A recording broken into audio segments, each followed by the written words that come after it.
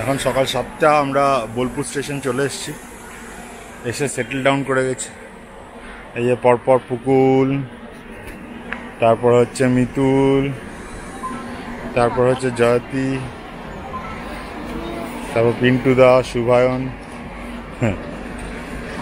আর বৌদি ওখানে ছবি তুলছে।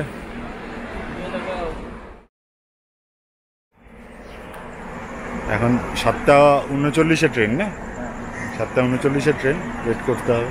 মেঘলা আছে আকাশটা। এবার চললাম সিকিম। বহুদিন কোথাও বেড়াতে যাইনি। বহুদিন মানে 1 বছর, গোটা একটা বছর। গত জুন মাসে গেছিলাম লাটাগুড়ি।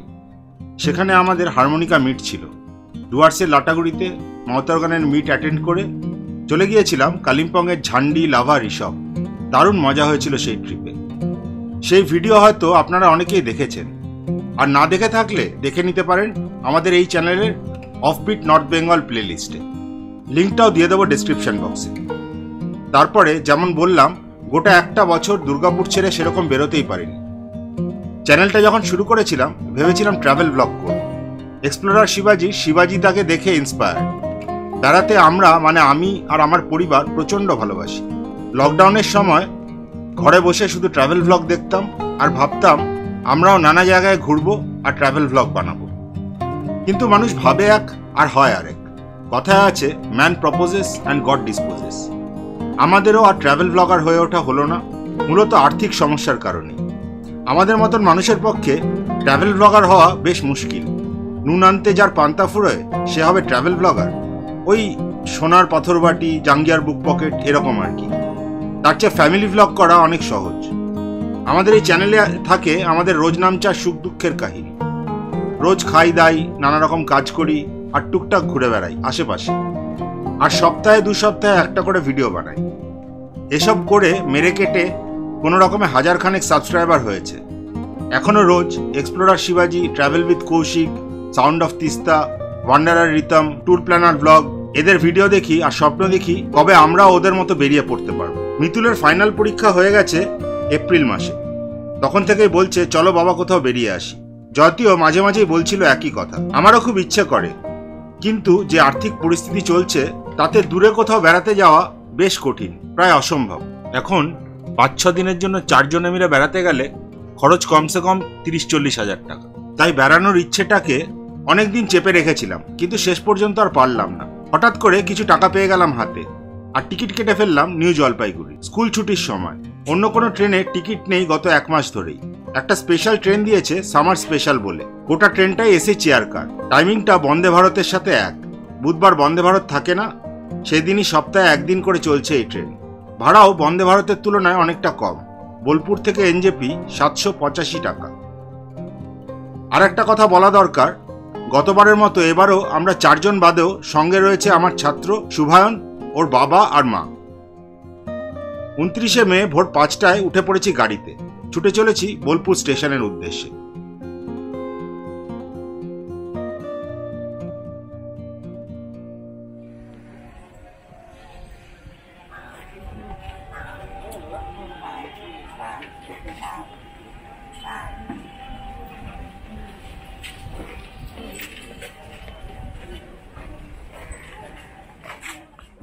সকালবেলার বোলপুর স্টেশনের সামনেটা। বাইরে বেরিয়ে একটু চা খেলাম, সিগারেট খেলাম। এবার আবার স্টেশনের মধ্যে ঢুকবো। ফাঁকা ফাঁকা। প্রত্যেকবার তো রাত্রিবেলা আসি এখান থেকে ট্রেন ধরতে, তখন ব্লগিং করি। কিন্তু সকালবেলা যখন এখানে নেমে যাই তখন আর ব্লগ করার মতন এনার্জি থাকে না। তাই আজকে সকালবেলা স্টেশনটা দেখাচ্ছি। এর পাশে হচ্ছে গীতাঞ্জলি রেল সংগ্রহালয়, রেল মিউজিয়াম।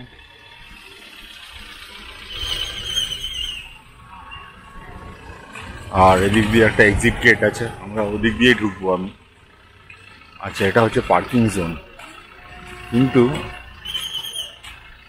লম্বা পার্কিং করতে হলে কি এখানেই করে? জিজ্ঞেস করতে হবে।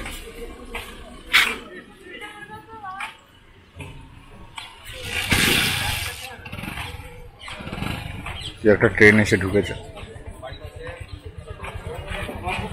আমাদের ট্রেনে এখনো টাইম আছে, প্রায় 35 মিনিট। আচ্ছা, এখানে 2 চাকা পার্কিং স্ট্যান্ড, এখানে ডায়েট দেওয়া আছে। এমনি এখানে স্টেশনে কার পার্কিং কিছু নেই? হ্যাঁ, আচ্ছা আচ্ছা, ওইদিকে বললো আছে, এগিয়ে গিয়ে বাঁ দিকে।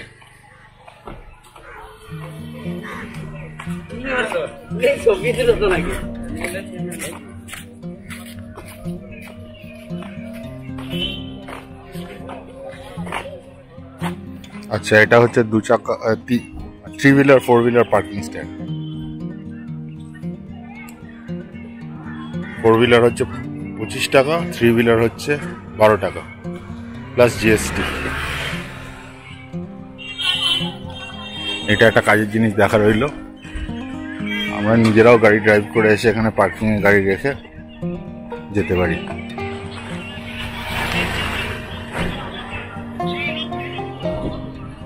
এই স্টেশনের যেখানে সামনে শেডটা তৈরি হচ্ছে তার ব্যাঙ্ক অপোজিট।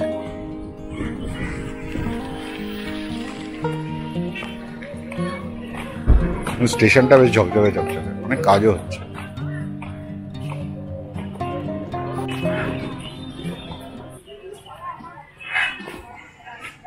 এই যে আমরা ওয়েট করছি, যাতে কিছু বল, কেমন লাগছে তোর?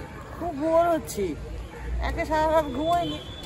যাতে তো সারা রাত ঘুমায়নি, আমি আধ ঘন্টা ঘুমিয়েছি, মিতুল একটু ঘুমিয়েছে, আর পুকুল তুই 10 মিনিট ঘুমিয়েছিস বলছিস? না, ওটা 1 ঘন্টা, ওটা 1 ঘন্টা 10। ওটা 1 ঘন্টা 10 নয়, আমি ঘুমোতে পারিনি, বাবা আমাকে ওষুধ খাওয়াইলো। ওষুধ? গ্যাসের ওষুধ। মিতুল বরং তো ঘন্টা 2 ঘুমিয়েছে। মিতুল আর একটু বেশি ঘুমিয়েছে, আর জয়তী একদমই ঘুমায়নি সারা রাত ধরো। ব্যোমকেশের সিনেমাতে ব্যোমকেশ পর্ব দেখেছে, আমি মাঝখানে আধ ঘন্টা ঘুমিয়ে নিয়েছি।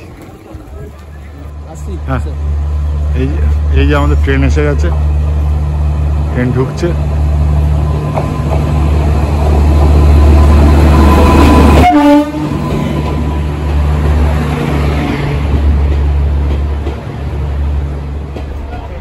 ট্রেনে ওঠাটা বেশ মারামারি করে হলো, মানে আর কি প্রচুর দৌড়তে হলো।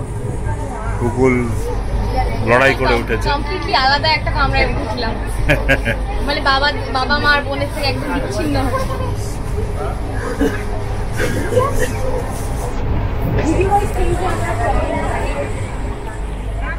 না, এটা বন্দে ভারত দেয়নি, বন্দে ভারতের টাইম সেম টাইম আজকে থাকে না বলে এটা ট্রেনটা দিয়েছে সামার স্পেশাল। আর এটা সেই পুরোনো দিনের আমাদের যে এসি চেয়ার কারগুলো হতো সেরকম আর কি, পুশব্যাকও নয়, সিট বেশ কনজেস্টেড, ঠিকই আছে, সেটা এসি তো আছে। আর আমাদের ব্রেকফাস্ট সার্ভ হয়ে গেছে, মানে যদি ইয়ে করে নিয়ে এসছে রাত জেগে, জয়তী রাত জেগে বলে রেখে স্যান্ডউইচ করে নিয়ে এসছে। আমরা এখন চিকেন স্যান্ডউইচ খাবো, ট্রেনে উঠে সঙ্গে সঙ্গে ব্রেকফাস্ট, কে বাত।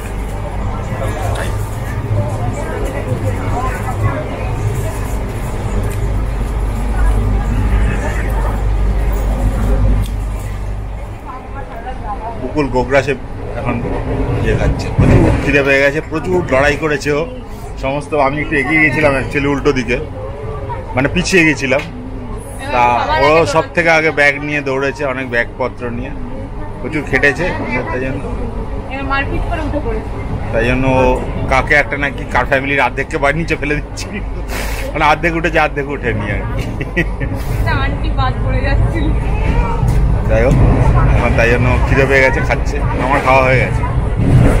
আর এখন যাব আমি ইয়েদের জন্য, একটুখানি ব্রেকফাস্ট করেছিল শুভায়নদের জন্য, ওদেরটা দিয়ে আসতে, ঘুটুদের জন্য, ঘুটু। আমরা এখন ফারাক্কা ব্যারেজ পেরোচ্ছি। রাত্রিবেলা যখন পেরোই তখন এই ব্যারেজটা একরকম লাগে, আর দিনের বেলা অন্যরকম লাগে। দেখুন,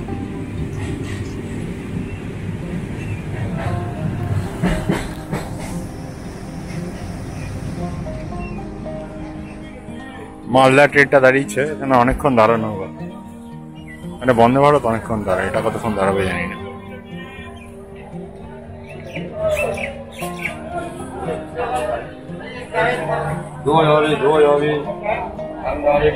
এখানে ডিম বিরিয়ানি বিক্রি হচ্ছে, খাবার দাবার বেশ ভালোই বিক্রি হচ্ছে এখানে। আমরা খুঁজে বেড়াচ্ছি এই যে যে নাই এটা মাথায়।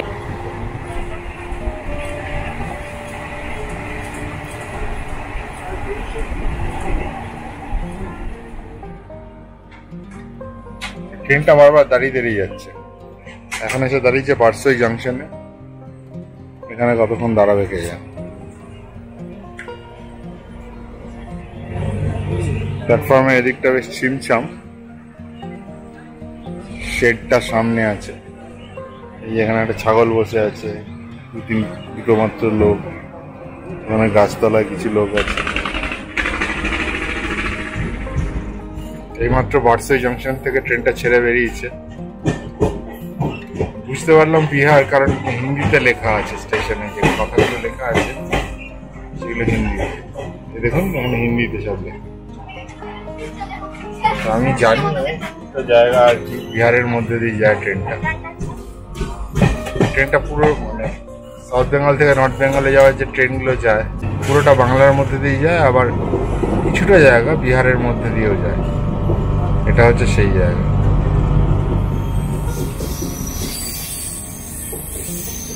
ঝাল ছাড়া ঝালমুড়ি ঝাল আছে, ঝাল আছে, লঙ্কাও দিয়েছে। ঝালমুড়ি পরে এবার কফি।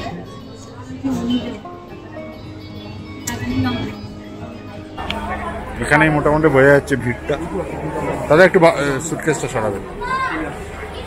আমরা এখন এই ওভারব্রিজ দিয়ে উঠবো, উঠে স্টেশনের বাইরে যাবো। ওখানে গাড়ি ওয়েট করছে আমাদের জন্য।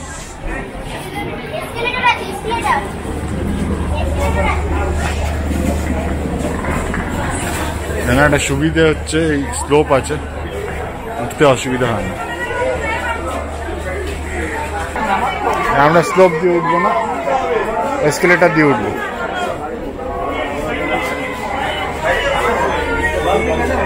আমরা একটু উঠে গেছিলাম, আবার নেমে আসবো। এটাই হচ্ছে মজা। এই পুকুল বলছে ও নাকি বেড়ানোর মধ্যে পড়বে, যদি না পড়েছে জাপি টান দেবো না, বুঝতে পারবি। ফালতু এত বই মই নিয়ে এসে ব্যাগটাকে ভারী করেছে।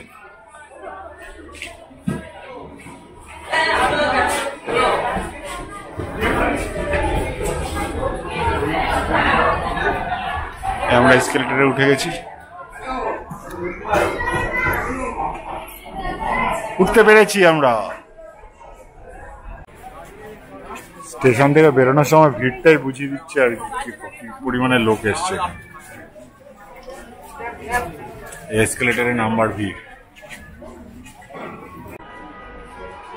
আলটিমেটলি আমরা এসকেলেটার দিয়ে নামলাম না, ওদিকে প্রচন্ড ভিড়, এক দিয়ে হেঁটেই নেমে যাচ্ছি। ওঠাটা এসকেলেটারে হলো, এটা একটা সুবিধে।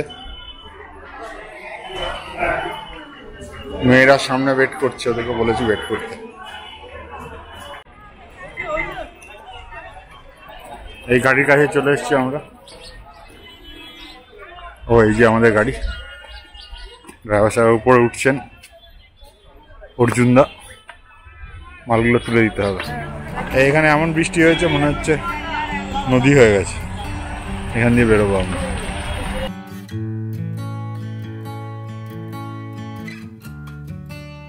নিউ জলপাইগুড়ি স্টেশন থেকে বেরিয়ে পড়লাম। এবার যাচ্ছি গ্যাংটক। আমাদের জার্নির একটা পার্ট প্রায় শেষ। ভোর 5:30টার সময় বাড়ি থেকে বেরিয়ে দুপুর 2:30টার সময় নিউ জলপাইগুড়ি। খারাপ নয় বলুন, কিন্তু স্টেশন থেকে বেরোতে লাগলো আরও প্রায় 1 ঘন্টা। এখন বাজে 3:30, আমরা যাচ্ছি গ্যাংটকের উদ্দেশ্যে। এরপরেও জার্নি কতক্ষণ বাকি আছে সেটা জানা ছিল না। শিলিগুড়ি থেকে গ্যাংটক যেতে সাধারণত 4 থেকে 4.5 ঘন্টা লাগে। আমাদের গ্যাংটক পৌঁছতে বেজে গেছিল রাত 10:30।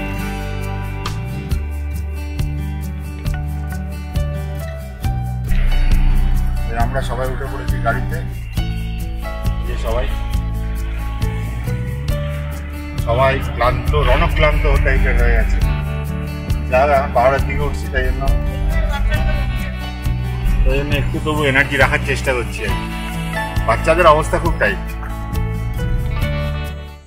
আমাদের গাড়িটা এখানে সেবক ট্রাফিক গার্ডের এখানে দাঁড় করিয়েছে, নাকা চেকিং।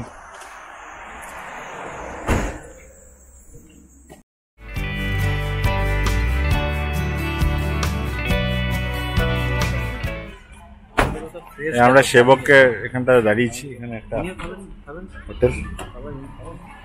আপ খানা খাएंगे না? হ্যাঁ খাবে, এখানে একটু ফ্রেশ হবে সবাই, খাবার টাবারও খাবে।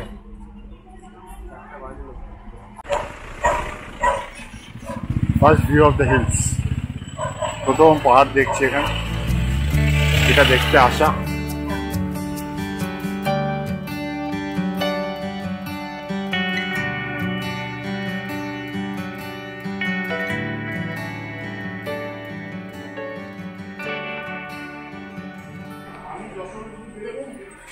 আমরা এই রিভার ভিউ রেস্টুরেন্টে ঢুকেছি, মানে ড্রাইভার নিয়ে এসে ঢুকিয়েছি। পাশেই একটা ব্যারেজ মতন আছে। আমাদের খাবার এসে গেছে, ফ্রাইড রাইস, চিলি চিকেন, এটা হচ্ছে ডাবল অমলেট, ডাল, আরেকটা রাইস এখানে,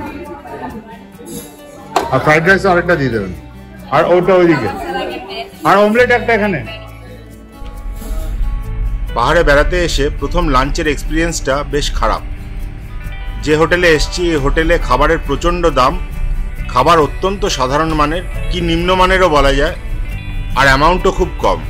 আমরা প্ল্যান করেছিলাম এনজেপিতে নেমে সামনের ওই স্টেশনের সামনের হোটেলে খেয়ে নেব, কিন্তু আমাদের গাড়ির চালক অর্জুনদা আমাদেরকে তাড়া দিয়ে নিয়ে চলে এলেন এখানে এসে খেয়ে কিন্তু সুখ পেলাম না। অর্জুনদাকে পরে বলেছিলাম সেই কথা, উনি দুঃখ স্বীকার করেছিলেন।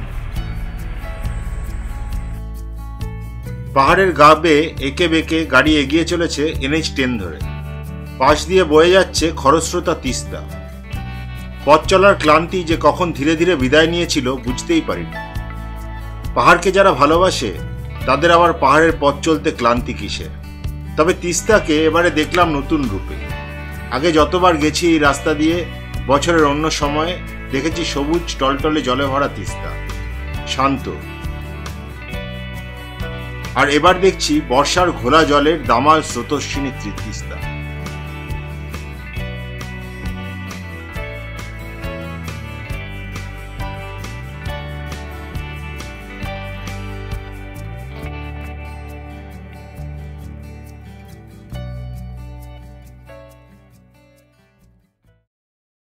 গাড়িটা হঠাৎ এখানে দাঁড়িয়ে গেল।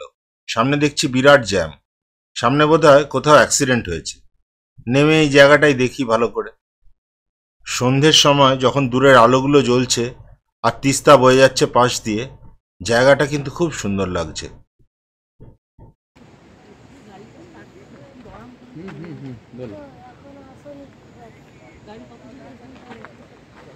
अभी तो कल इसमें चल जाओ, पनीर मोड़ चल जाओ। নদীর ধারে গাড়িটা দাঁড়িয়ে গেছে, জ্যাম আছে রাস্তা। আমরা একটু নেমে দেখছি, নিচ দিয়ে তিস্তা বয়ে যাচ্ছে, সুন্দর আওয়াজটা না।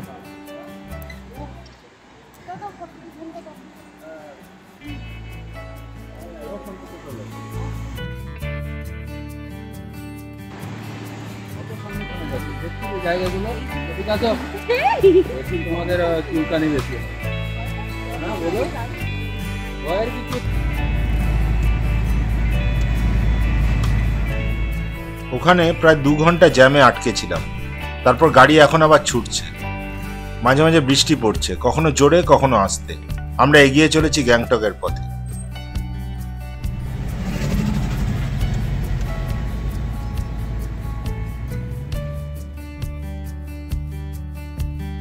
গাড়িতে এখন সবাই ঘুমোচ্ছে, জেগে আছি শুধু আমি আর ড্রাইভার অর্জুনদা। পাহাড়ের ঝিকিমিকি আলোগুলো দেখতে দেখতে আমরা এগিয়ে চলেছি গন্তব্যের দিকে। সেদিন আমাদের গ্যাংটক পৌঁছতে প্রায় রাত 10:30 বেজে গেছিল। তারপরে হোটেলে চেক ইন করে খেয়ে দিয়ে ঘুমিয়ে পড়লাম। পরের দিন সকাল থেকে আমাদের গ্যাংটক ভ্রমণ। খুব শিগগিরই ফিরে আসছি সেই ভিডিও নিয়ে। বন্ধুরা আমাদের সঙ্গে থাকবেন, আমাদের এই ট্রিপটা আপনাদের নিশ্চয়ই খুব ভালো লাগবে। আর ভিডিওটা ভালো লাগলে অবশ্যই লাইক দেবেন, কমেন্ট করবেন, সাবস্ক্রাইব করবেন। টাটা।